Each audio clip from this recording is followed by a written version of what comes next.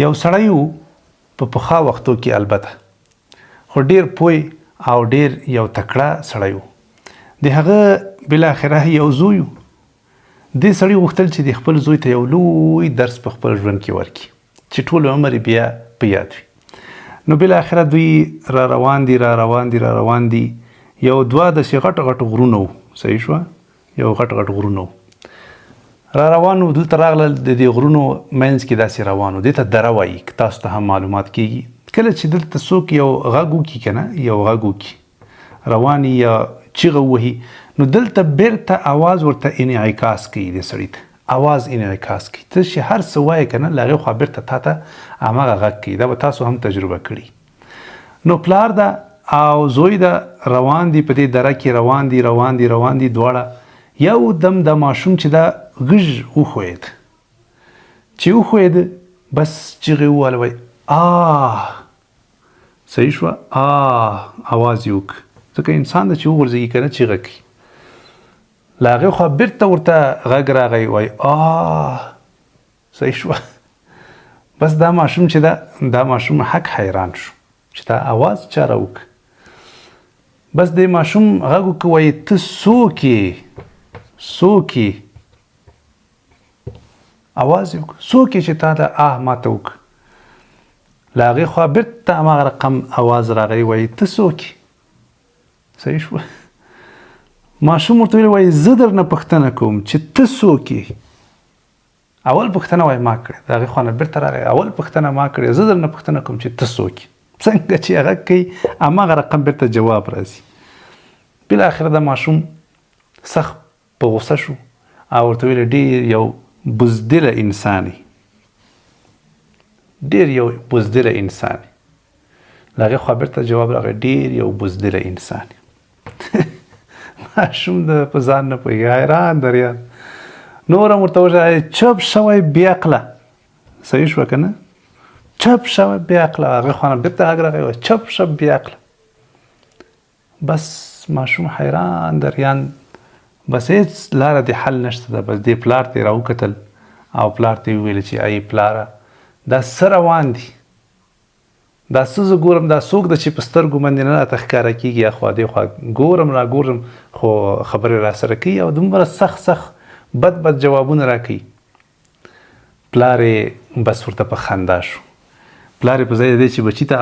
جواب ورکړي په خپله باندې را شروع شو په همدې دره کې او ویې ویلې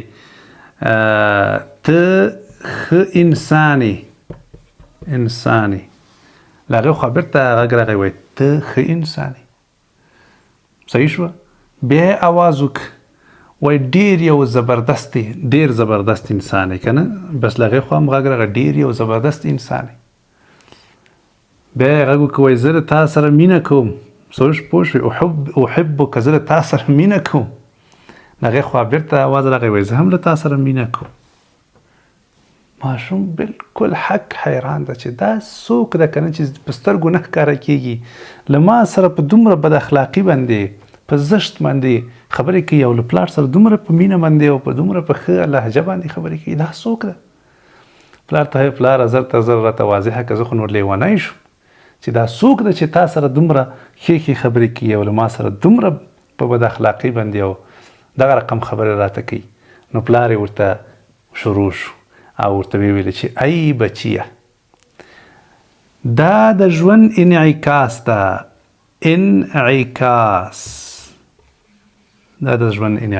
ده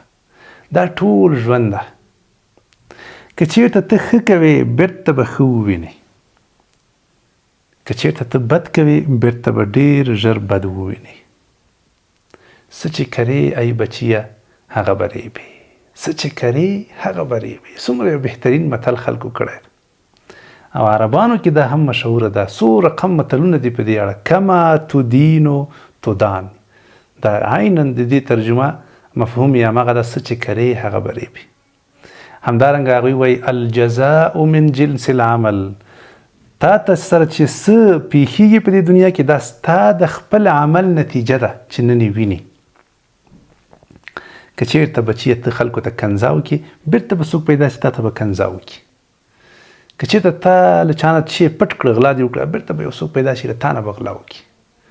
که چېرته بد اخلاقي دې وکړه، یو څوک به پیدا کېږي چې بد اخلاقي در سره وکړي، ظلم دې وکړه په تا باندې به بېرته ظلم کېږي، بې انصافي دې وکړه بېرته به په تا باندې بې انصافي کېږي تا سره.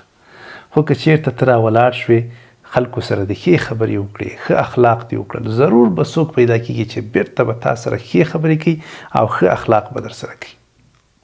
دا دنیا دغه رقم ته جوړه شوې ده. په دې قصه کې موږ تاسو ته لوی درس او عبرت چې پروت ده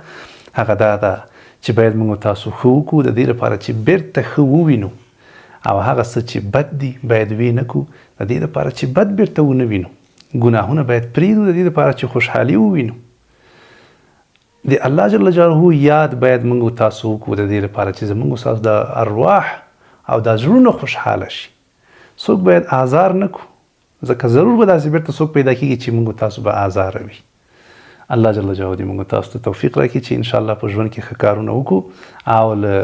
غلطو کارونو، ناروا او له ظلم او زیاتي څخه ځانونه وساتو.